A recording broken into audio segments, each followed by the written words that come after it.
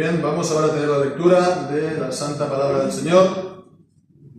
Vamos a hacer en el libro, la carta del apóstol Pablo a los Efesios, el capítulo 4. Efesios capítulo 4, versículos del 7 al 12.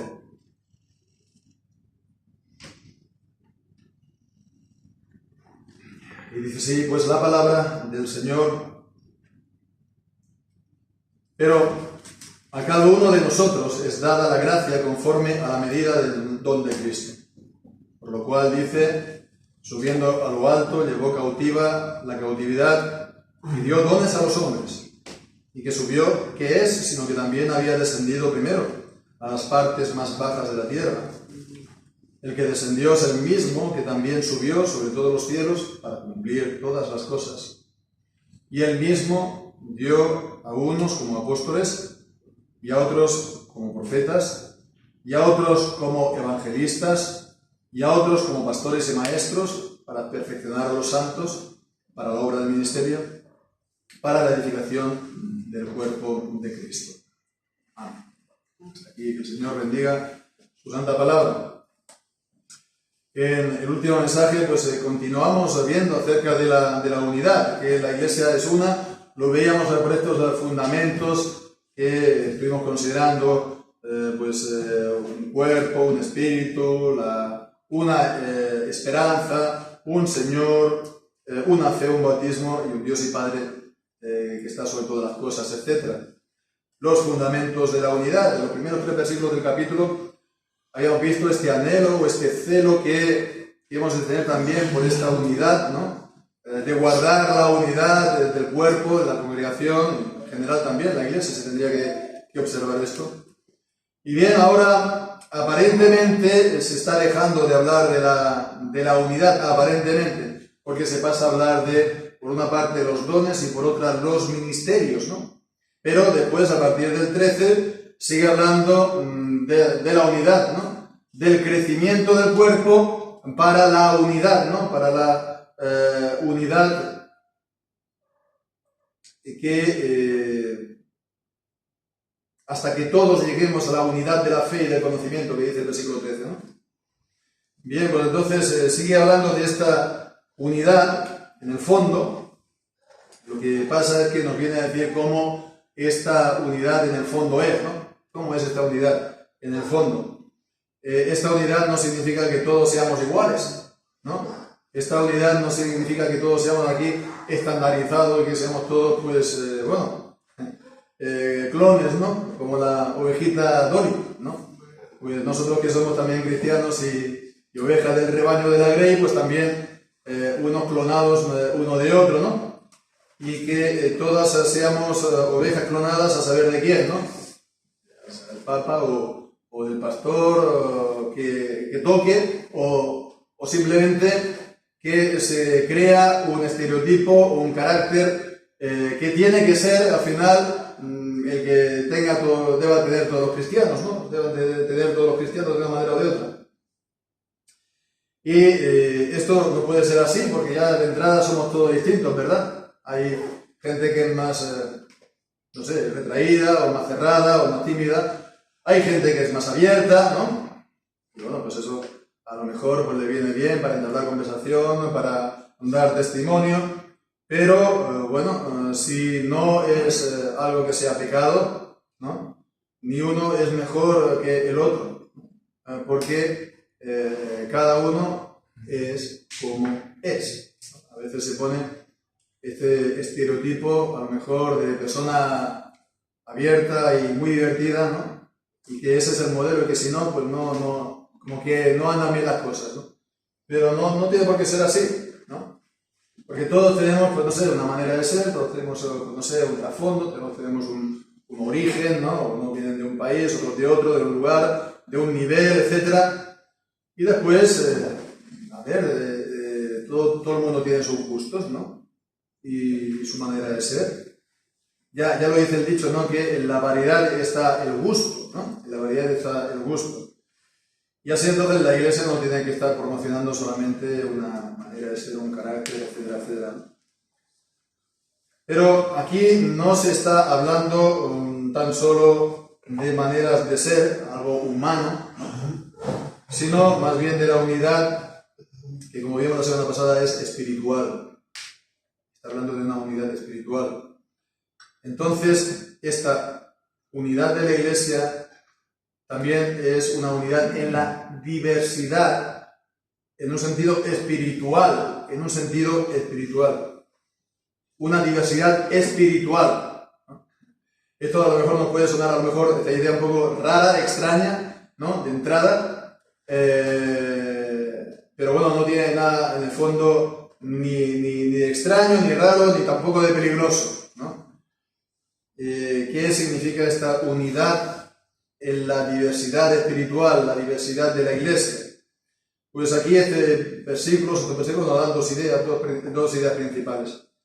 La primera es la diversidad de los dones que da el Señor Jesucristo, ¿no? Y es lo que se enseña en los versículos del 7 al 10. Particularmente el versículo 7 dice: a cada uno de nosotros es dada la gracia conforme a la medida del don de Cristo, Entonces vemos, está hablando no está diciendo dones espirituales, pero está hablando del don de Cristo, ¿no? Está hablando de la diversidad de los dones. Y bien, pues entonces esto nos introduce al tema de los dones espirituales en la Iglesia. Este es uno de los pasajes. Otro de los pasajes principales está en Romanos, en capítulo 12. Ahí leemos en Romanos capítulo 12, versículo 6, ¿no? Y es la misma idea. Teniendo pues diferentes dones, según la gracia que nos es dada, si el de profecía, úsese conforme a la medida de la fe, así en el servicio, en servir, el que enseña en la enseñanza, el que exhorta en la exhortación, el que reparte, hágalo en simplicidad, el que preside con solicitud, el que hace misericordia con alegría, ¿no? Entonces vemos, aquí está dando la misma idea de la diversidad de los dones, ¿no? Según la gracia de Cristo. Y está dando también una buena lista de dones aquí. Y bueno, de estos dones no solamente están lo que hoy dicen, pues, los dones milagrosos, ¿no? Los carismas, ¿no? Los dones carismáticos, los milagrosos, pero también más, comillas, normales, ¿no? Del servir, del gobernar, del dar, etcétera, etcétera. Entonces este es un pasaje. Otro pasaje también, muy parecido, también importante, en 1 Corintios capítulo 12, 1 Corintios capítulo 12, allá también leemos el versículo 4. Ahora bien, hay diversidad de dones, la misma idea, pero el Espíritu es el mismo. Unidad de la diversidad vemos, porque el Espíritu es siempre uno y es el mismo, pero hay diversidad de dones. Y después, en el versículo 7, a cada uno le es dada la manifestación del Espíritu para provecho. Porque a este le es dada por el Espíritu palabra de sabiduría, y a otro palabra de conocimiento según el mismo Espíritu, y a otro fe por el mismo Espíritu, y a otro dones de sanidades por el Espíritu Santo, por el mismo Espíritu, y a otro el hacer milagros, y a otro profecía, y a otro discernimiento de espíritus, y a otro diversos géneros de lenguas, y a otro interpretación de lenguas. ¿Sí? Entonces vemos aquí, la mayoría de ellos serían dones, podemos decir, milagrosos, ¿no? Sobrenaturales, pero en realidad la idea sigue siendo la misma. Hay distintos dones y, como hemos visto en Romanos 12, también están más, comillas, normales. En general, la idea es que todo verdadero creyente tiene un don recibido del Señor, ¿no? Un don de la gracia, según la medida, según lo que el Señor ha querido darle, ¿no? En 1 de Pedro, capítulo 4 y versículo 10. 1 de Pedro 4:10. Allá leemos: cada uno, vemos, según el don que ha recibido, ministrelo a los otros como buenos administradores de la multiforme gracia de Dios, ¿no? La diversidad de la gracia multiforme, ¿no? La idea es también aquí, la idea de polícromo, ¿no? La idea de mucho colorido, ¿no? Que el Señor pues da a su iglesia por los dones. Entonces vemos que nos dice entonces, volviendo a Efesios, ¿no? ¿Qué nos está diciendo aquí en especial? estos distintos dones, ¿no? Volviendo a Efesios, pues los tenemos por Cristo. Los tenemos por Cristo. Dice que es conforme a la medida del don de Cristo. Conforme a la medida del don que Cristo ha querido darnos. Se podría decir así. La gracia aquí no es tanto la gracia para salvación, es la gracia que nos capacita para obrar, para actuar, para servir, ¿no? Con ese don. Y entonces ya decimos, no es lo que Él ha querido darnos, no es el don que nosotros hemos merecido, ¿no? No es el don que nosotros hayamos querido, ¿no? Sino por Cristo, según Él ha querido darnos. Y según Él nos ha puesto en el cuerpo, a uno le pone en un sitio, a otro en otro, según Él ha querido. Jesucristo es el soberano.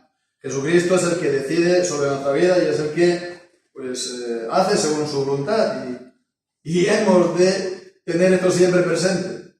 Que no somos nosotros los que decidimos, que Él, para eso es nuestro Señor, ¿no? Él es el amo, nosotros somos siervos, somos esclavos de Él, ¿no?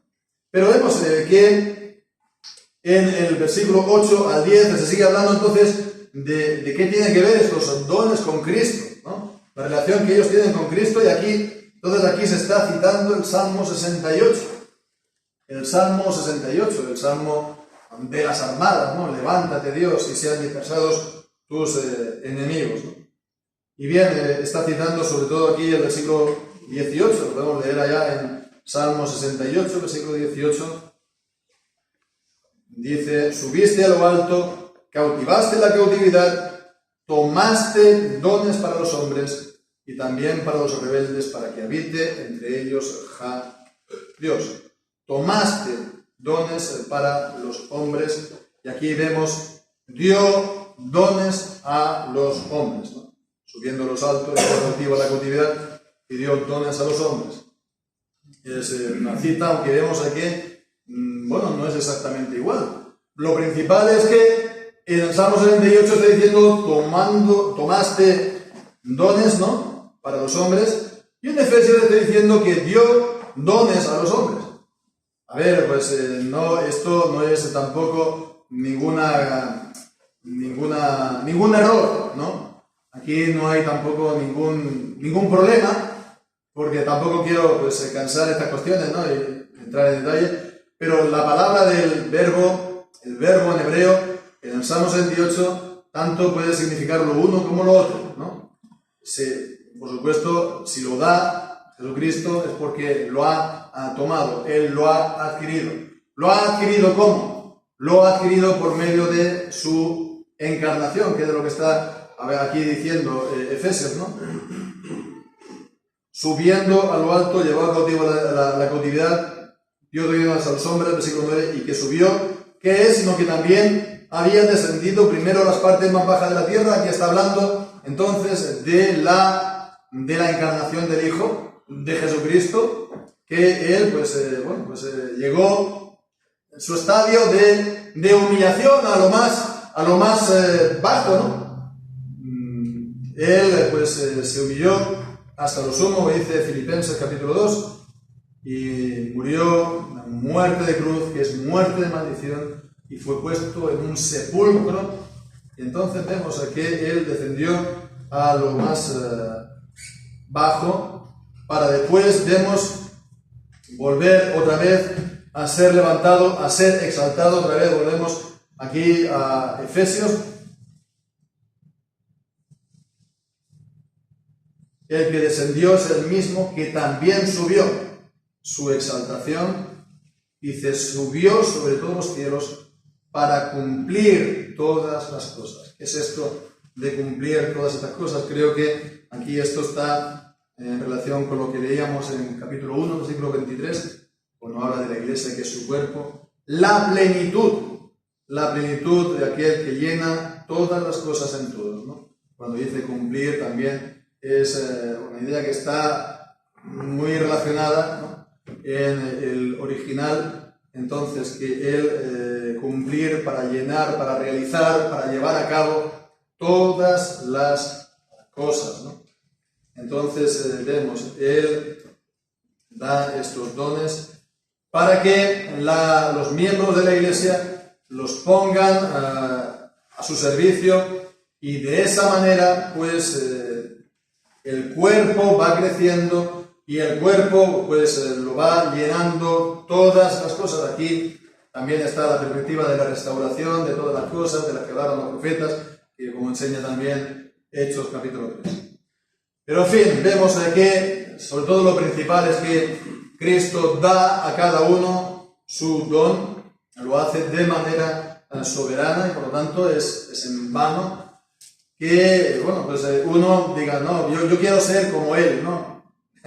y nada más, y que no haga caso del don que el Señor le ha dado a Él, ¿no? Está bien que el Señor le haya dado ese don, esa manera de ser o ese don a aquel otro, pero el Señor te ha dado a ti un don para que lo pongas a su servicio, ¿no?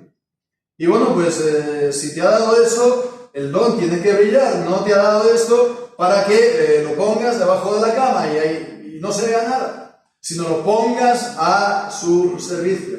Las minas, los talentos, los pongas a producir para la gloria de nuestro Señor. No hay que, por lo tanto, plagiar, ¿no? Por así decirlo, a los demás, sino con el don que el Señor nos ha dado, servirlo a Él. Es lo que dice también, ¿no? Primera de Corintios capítulo 12. Están todos los miembros, y bueno, pues si uno es el pie, pues sigue siendo parte del cuerpo, y no importa que no sea ojo, no importa que no sea mano, y al revés igual, ¿no? El pie, la única manera de ser parte del cuerpo es siendo pie y funcionando como pie. Si el pie se quiere poner en el lugar del ojo, va a haber un problema, ¿no? O al revés, que el ojo se quiera poner en el lugar del pie. Cada uno en el lugar que el Señor le ha dado, y así servir al Señor, ¿no? Y esto es porque el Señor, como vemos, el Señor Jesucristo lo ganó por su obra, lo ganó por su encarnación, lo ganó por su muerte y su resurrección y su ascensión a los cielos. Bien, pues entonces esto es en cuanto a la diversidad de los dones, pero esta diversidad de los dones en la Iglesia se da en el contexto del ministerio de la palabra. Del ministerio de la palabra. Y es lo que leemos en el versículo 11 y 12, de lo que habla el versículo 11 y 12, y aquí también se da entonces una pequeña lista de dones. Vemos, Él mismo dio a unos como apóstoles, y a otros como profetas, y a otros como evangelistas, y a otros como pastores y maestros. 4 dones, ¿no? Apóstoles, profetas, evangelistas, pastores, maestros. Y en el versículo 12 entonces es la finalidad, el propósito de estos dones, ¿no? ¿Para qué? ¿Para qué se dieron, no? Pues dice, para perfeccionar a los santos, para la obra del ministerio, para la edificación del cuerpo de Cristo. Entonces, en esto tenemos que ver aquí una pequeña serie de cosas, ¿no? Y la primera es la relación que hay entre el don y el ministerio. No es exactamente lo mismo, ¿no? Uno puede tener el don, pero no significa forzosamente que uno lo esté empleando y que lo esté ministrando y que tenga un ministerio, ¿verdad? En el capítulo 12 de 1 Corintios hemos visto que hay diversidad de dones, de ministerios y de operaciones, y el Espíritu es siempre el mismo, ¿no? Y para que haya ministerio, primero tiene que haber don, ¿no? Pero no siempre, por las razones que sean, teniendo el don, uno lo está sirviendo, uno lo está empleando. Y es por eso que, por ejemplo, el apóstol está diciendo en 1 Timoteo, capítulo 1, versículo 6, que te digo que quiero que avives el don que está en ti por la imposición de mis manos. Que lo tenía que avivar, que lo tenía un poco dormido, parece ser. Y esto es algo importante, que hemos de tener esto presente. Se puede dar el caso de que uno tenga el don y no lo pueda estar ejerciendo, ya sea por causa propia o incluso también por los demás, porque no le dejan, ¿no? Porque tiene que emigrar, o porque tiene que emigrar, digamos, en el servicio del Señor, o porque tiene que tomar el camino del exilio, se puede decir, o por cualquier cosa, ¿no? Que no te dejen llevar a cabo el don que el Señor te ha dado. En fin. Pero después también está la dejadez. También está el estar dormido. También está el olvidarse que el Señor nos da dones y somos responsables de ese don. Y lo segundo que hemos de ver es, los dones en sí mismos, que aquí está diciendo Pablo, está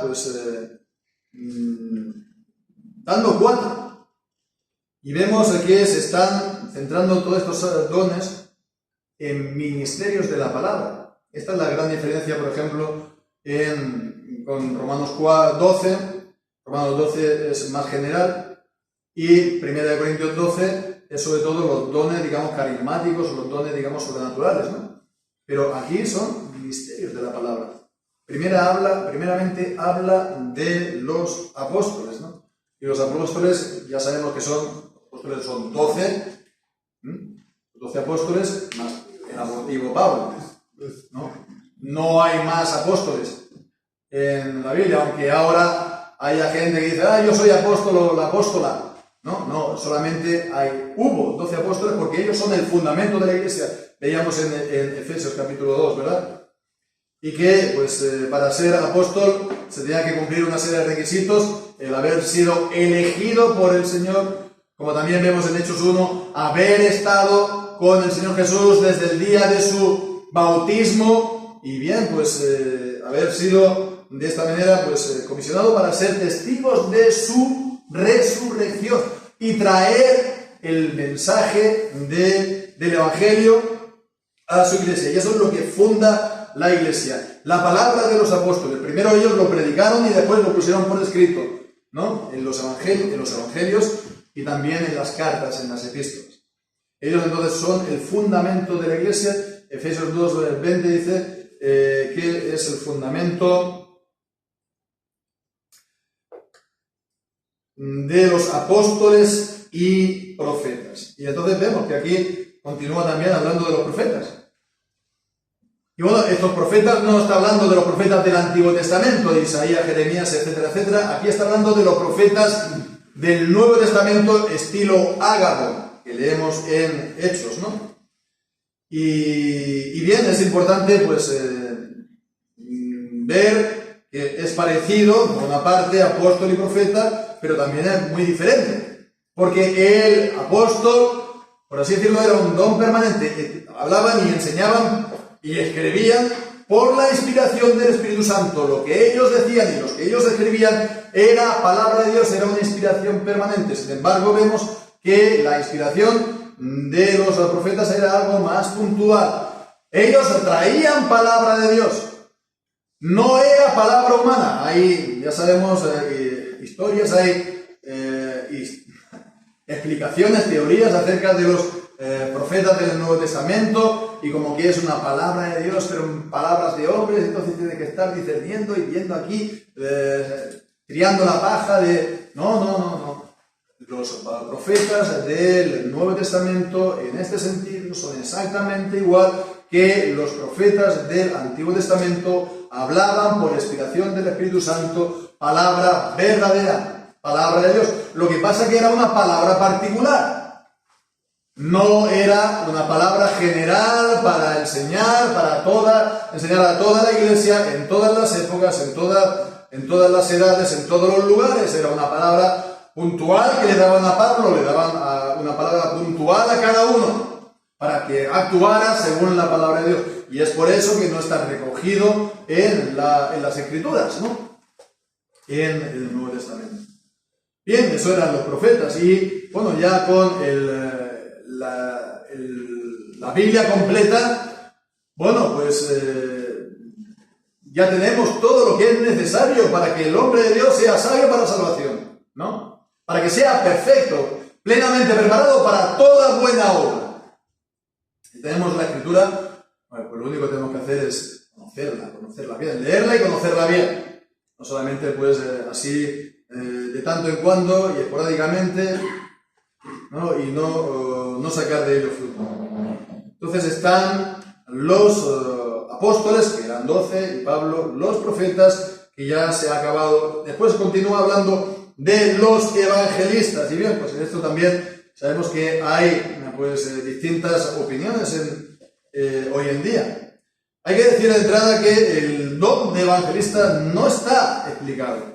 No está explicado. Sí que encontramos mucha información de los apóstoles y de los profetas, de los pastores, etc. Pero de los evangelistas se nos dice que Felipe fue evangelista en Hechos 21 y también Pablo a Timoteo, que era pues, también siervo, era creo pastor en Éfeso, ¿no? Era obispo, pastor en Éfeso.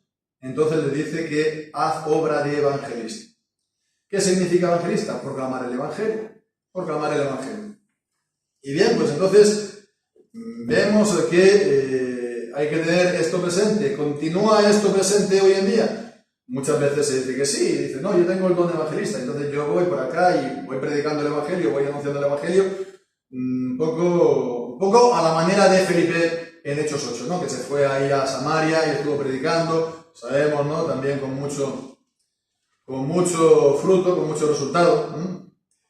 Pero vemos que hay que también tener todas las cosas, ¿no?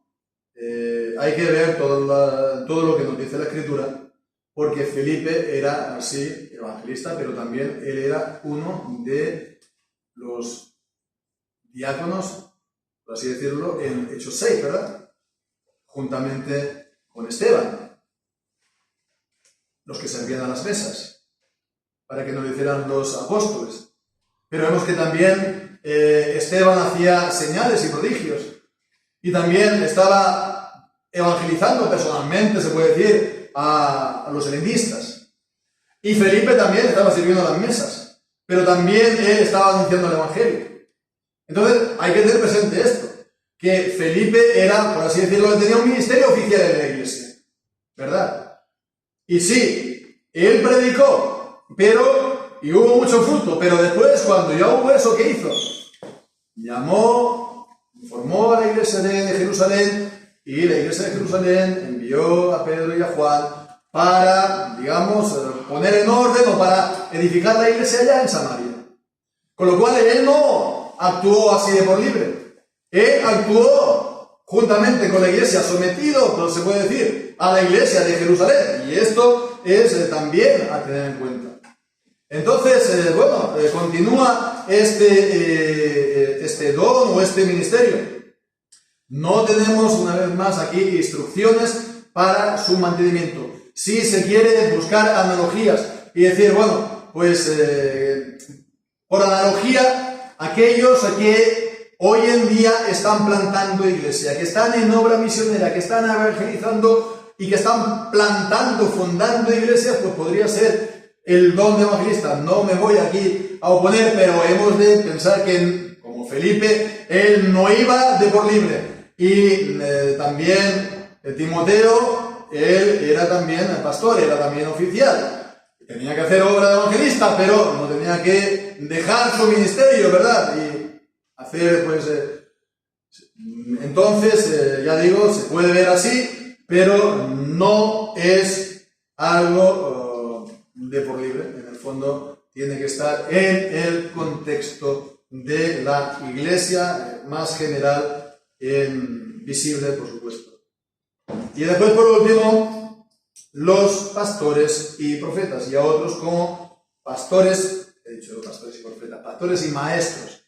Pastores y maestros, los pastores son los obispos, ¿no? Como 1 Timoteo capítulo 3. Y entonces su tarea es supervisar, pastorear juntamente con los ancianos, no la grey, el rebaño, la congregación. Pero los pastores tienen que ser también maestros. Los pastores tienen que ser también maestros. Porque en 1 Timoteo también dice que tiene que ser apto para enseñar. Tiene que ser apto para enseñar. Y no puede ser de otra manera, porque lo que define el ministerio del pastor es que es el ministro de la palabra y de los sacramentos. ¿Cómo puede ser alguien que va a ser el ministro, que tenga el ministerio de la palabra y no sea capaz de enseñar por falta de conocimiento o por cualquier otra cosa? Es su ministerio y es su deber y es su responsabilidad. Tiene que ser maestro. Los pastores tienen que ser maestros. Y bueno, pues si alguien dice, no, es que, a ver, está bien, pero no me interesa. Me gustaría estar en el ministerio, me gustaría servir, pero tanta Biblia, no, mañana, tarde, noche, día tras día, la doctrina, la enseñanza, leer solamente libros de teología, o mayoritariamente libros de teología. A ver, sí, pero no se puede ser pastor de otra manera. Si no se tiene ese interés por la palabra, uno realmente no tiene el don de pastor. Uno no tiene el don de pastor, así de claro, porque el pastor tiene que estar por la gente, tiene que tratarla, etc. Pero tiene que ser el maestro, y tiene que predicar el evangelio, tiene que proclamar el evangelio, enseñarlo también públicamente y por las casas. Y este es un grave problema que tarde o temprano a lo mejor lo hemos visto, lo veremos. Hay gente que está en el ministerio y bueno, pues que en el ministerio hace de todo, menos predicar, menos enseñar. Y hablaba, creo, no sé si fue la semana pasada o yo qué sé, de que al final en las iglesias, la Iglesia Católica Romana, las iglesias liberales, etc., el modelo del ministerio es el mismo. Da lo mismo que vayas a una romana o que a una liberal, porque el modelo del pastor o el modelo del ministerio es el mismo. Es decir, alguien que hace muchas reuniones, alguien que hace muchas actividades, pero no que está enseñando la palabra de Dios de una manera seria y concienzuda. Eso no. Entonces, eso es algo que, ya digo, pues seguramente tarde o temprano uno lo encuentra. Y si no hay, pues, enseñanza de la palabra de Dios, entonces lo único que ocurre es que la iglesia lo sufre. Porque lo que edifica, ¿no?, como vemos aquí en el versículo 12, lo que edifica es ese ministerio de la palabra, esa enseñanza, para perfeccionar a los santos, el perfeccionamiento de los santos, ¿no? La palabra es como aquella que remendaba las redes, ¿no? Es decir, que lo están perfeccionando, ¿no? Como dice Pablo, ¿no? Para presentaros perfectos ante el Señor, ¿no? Lo que os falta todavía, para que recibáis todo lo que os falta del Señor y de su palabra, para perfeccionar a los santos. Y después, ¿cómo esto? Pues por medio de la obra del ministerio de la palabra, está aquí refiriéndose, y después también para la edificación del cuerpo de Cristo. Esto es lo que lo edifica. Si una iglesia está siendo edificada y edificada por la palabra del Señor, ¿no?, por el ministerio de la palabra, y se interrumpe de cuajo ese ministerio, la iglesia lo va a resentir, lo va a sufrir. En vez de crecer, en vez de estar edificada, pues se queda de momento pues interrumpida. Y si eso continúa, pues bueno, pues a lo mejor alguna que otra piedra por ahí arriba se cae, ¿no? Y empiezan a haber grietas y empiezan a resquebrajarse. Y si eso continúa así, pues bueno, eso va cada vez a peor. El ministerio de la palabra, vemos aquí, es fundamental. Es también muy importante que cada creyente esté sirviendo y esté ministrando según su don. Pero eso tiene que ser en el contexto, decimos, del ministerio de la palabra, que como vemos, de una manera regular, de una manera, regular, instituida por la palabra, lo que nos ha dejado el Nuevo Testamento son instrucciones para los obispos y ancianos, ¿no? Que son los que han de traer ese ministerio de la palabra. También los ancianos gobernantes tienen también parte en esto, pero principalmente el pastor como ministro de la palabra y de los sacramentos. Bien, pues esto, digo, es lo que la Iglesia tiene que buscar, ¿no?, de un pastor. Ya no lo digo por mí, ¿no?, sino en general, ¿no? Ya en general. Lo que tiene que buscar de un pastor es que sea simpático. Hombre, pues si puede serlo, mejor, ¿no? Mejor que sea simpático. Que tenga don de gentes. Mejor que lo tenga a que no lo tenga, ¿no? Que no pare a hacer cosas. Hombre, si puede hacerlo, mejor que no lo pueda hacer, ¿no? Si tiene tiempo para hacerlo. Pero, sobre todas las cosas, que no deje nunca el ministerio de la palabra. Que no sea que, bueno, pues esté haciendo el sermón el sábado por la noche, ya después de cenar, como a veces, desgraciadamente, nos toca a veces, ¿no? Que ha habido tantas cosas durante la semana que no ha podido ser. Pero eso no tiene que ser así, porque la responsabilidad principal del pastor es traer la palabra, como estamos viendo, ¿verdad?, en la reunión de oración, en Hechos capítulo 10. Cornelio llama al apóstol Pedro, y el apóstol Pedro se presenta ya. ¿Y qué le dice Cornelio? Y aquí, todos nosotros estamos ahora, aquí, delante de ti, para oír lo que Dios te ha mandado que nos digas. Y ese es el ministerio de la palabra. Por eso se le llama a los pastores ministros de la palabra ángeles o mensajeros, ¿no? Porque deben traer la palabra que Dios les ha mandado decir. Por eso el pastor no tiene la potestad de decir yo esto sí y lo otro no. No puede dejar una doctrina sin enseñar, porque a lo mejor no sea popular o un tema que sea delicado o polémico. Tiene que dar todo el consejo de Dios. Y esta es ciertamente mi responsabilidad como pastor, hermanos, y de ella, por supuesto, lo digo también con respeto y con temor y temblor, tendré que dar cuentas un día. Y me esfuerzo en la medida de mis posibilidades, de tiempo, etcétera, etcétera, para cumplirlo. Gracias a Dios, ya digo, eso me ha tocado a veces, pero no es lo normal, gracias a Dios. No es lo normal. Y bien, pues me esfuerzo a cumplirlo con las fuerzas que el Señor me da, el don que el Señor me ha dado, etcétera.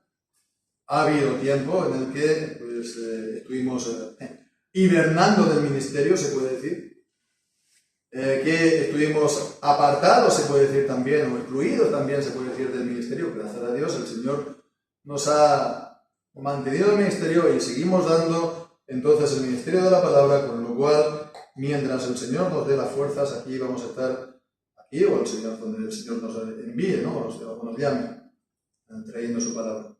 Pero, por otra parte, es también la responsabilidad de cada uno, ¿verdad? Ya no solamente de cómo pone en uso el don que él ha recibido, sino también el caso, la atención que hace del ministerio de la palabra. Él mira cómo oís, mira cómo oyes, miremos cómo oímos la palabra de Dios, ¿no? Porque de eso también cada uno tendrá que dar cuenta, ¿verdad?, de cómo ha aprovechado de la palabra. Si ha crecido escuchando la palabra. Si cuando la escuchaba le prestaba atención, como mínimo. Y después estaba también pensando en ella. No solamente algo que oigo aquí y después ya se olvidó, porque eso es como la parábola del sembrador, ¿no? Aquello que vienen los pajaritos, ¿no? Y se comen la semilla que fue plantada. Si solamente es ahora, si es solamente el hecho de coger y escuchar y ya está, es algo parecido. Entonces tenemos esa responsabilidad, esa escucha atenta y después, ¿qué hacemos después con ello, no? De que estemos pensando en ello, sobre todo en el día del Señor, para eso el Señor nos lo ha dado, ¿no? Para que lo estemos santificando. Y bien, pues esa escucha atenta, comparando lo que escuchamos con la palabra del Señor, ¿verdad? Haciendo como los de Berea, ¿no? Que eran más nobles, porque comparaban, veían lo que en la palabra lo que se les enseñaba. Bien, después también, comparándolo con la propia vida de uno, etcétera, etcétera, etcétera. Es de la manera como el Señor nos edifica. Nos edifica a nosotros y edifica a la Iglesia, que es el cuerpo del Señor Jesucristo. Porque el Señor nos dé a todos este crecimiento y esta edificación y pongamos también en su servicio el don que se nos da.